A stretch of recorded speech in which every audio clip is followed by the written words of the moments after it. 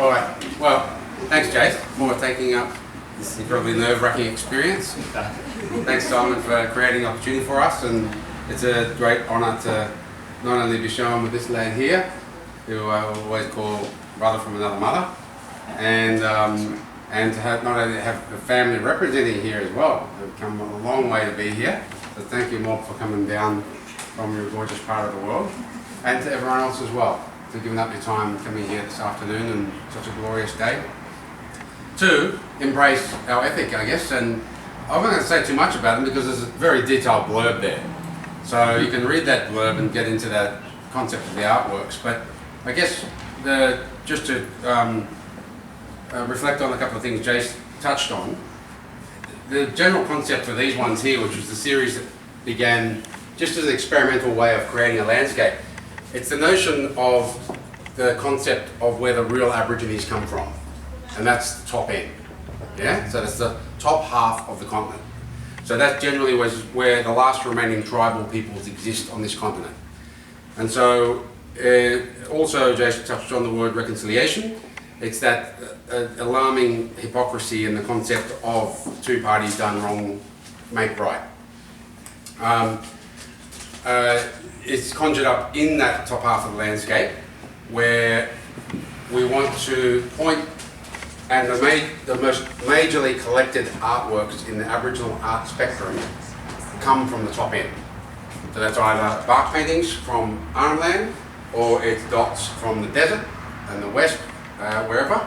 So these are the stereotyped artworks that still take precedence in the notion of what constitutes Aboriginal art today.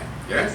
So we take all of that into a landscape like that, which is the top half of the continent, but we show the actual consideration that we're showing for those people's tribal lands. What are we doing? We're fucking it exponentially. We're fracking it in the cracks. We're displacing people and seeking the mineral resources there. And when Gary Foley spoke at the Opera House with his show a couple of years ago, he made a couple of very interesting points, as prophetically he usually does. He said that by 2050 in Australia, we'll predominantly speak a new language, and that's Mandarin. And also there'll be no tribal people or keepers of the dreaming remaining. So if you think about that, it's quite possibly predictable. That's because the government, the mining companies won't step up and increase amenities in remote communities by not only putting a rail line to those communities, but creating the infrastructure that is readily available.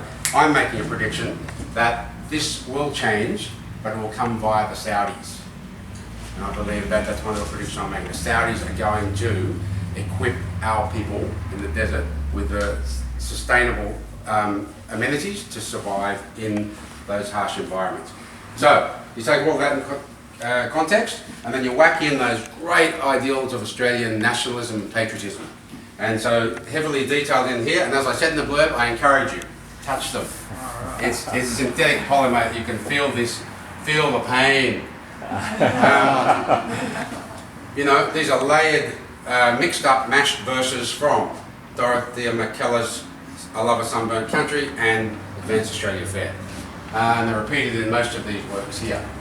And when you go into the other room, that's you start playing with the state of Queensland, because there's some interesting commentary to be made about that, which is arguably the most racist and draconian state still existing, save for WA. But that's all I'm going to say about these works, so thanks so much for coming along. It's over to you. Thank you, everybody. It's very nice to have you here, and very nice to have my work on your walls, Simon, and you showing alongside my brother, and hearing the words of you, Jace. And I too am very glad to be showing on Gadigal land, and I feel very welcome here because I live here and I live it and breathe it every day. So it's lovely to have you here.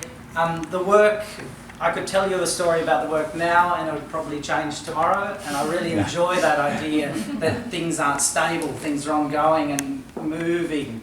And in a sense, what I'm really enjoying right at this moment is that both of our works are all about humanity, people, and people versus the land, if you like, but not one of the paintings actually has a person on it. So we've been talking about people seeing my work and Adam's work and stuff with sounds attached to them, so you can hear what's going on, you can feel it, you can almost smell it, but you can't quite see those humans because they're so shifty and swifty, and we are the ones doing all this, but here we are sort of sorry, I suppose, and even I can take on the word and feel like I can own it. Sorry has become an Aboriginal word in my feelings, but also sorry is just something that's this sort of common everyday gesture that's almost become a nice thing to be sorry in ways. It's very confusing for me, and that's why I love just putting it all over the work, especially putting it all over an abstract work, because an abstract creates the viewer to get involved and have time with the work and consider how they relate to it. So really, I don't like spelling it all out. And I feel as though, even though Adam's are a little bit more literal than mine in ways, they're sort of so similar. And How can it be more literal than that? That's true. Okay.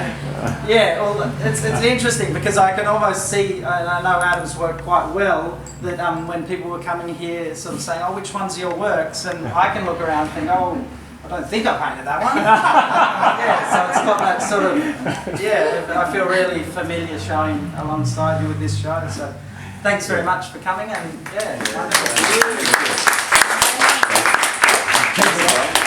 Continue the conversation with the artist and also with Jason. And if you're interested in any of the work, you should come and see me. Thank you. Wonderful.